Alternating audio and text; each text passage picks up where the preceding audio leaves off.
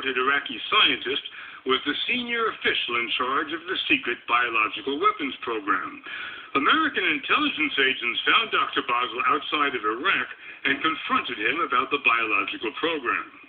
They were asking me what was the program and how far did we go. But they told you they believed that you were in charge of the program. I was in charge, and I should tell them what was the program, which I said there was nothing like such a program. I had the feeling that they thought I was lying, so to encourage me to tell the truth is to give me some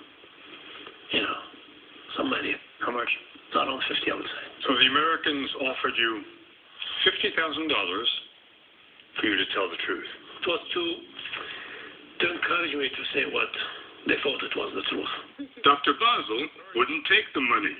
In Germany, after months of interrogation, Curveball became less cooperative. He refused to talk to intelligence agents for nearly a year. He needed work and got a job in Erlangen, here at Burger King. The CIA didn't know about his new career or much else about him. We didn't know any of that stuff. Beginning with, we had never met with him and didn't even know his name or what he did.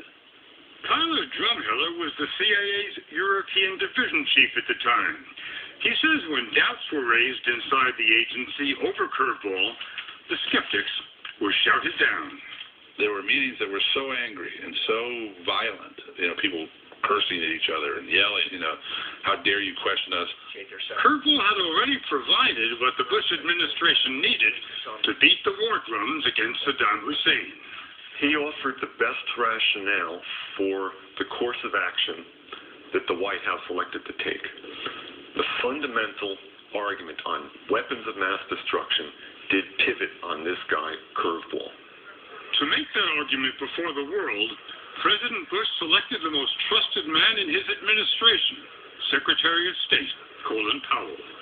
Could Secretary Powell have given his speech to the United Nations that he did give if there hadn't been a curveball? I don't think so. There would have been nothing else to talk about except things that have been talked about a million times before. What we're giving you are facts and conclusions based on solid intelligence.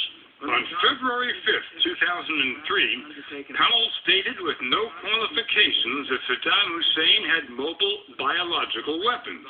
The only source for that? A man no American had ever questioned. Curveball.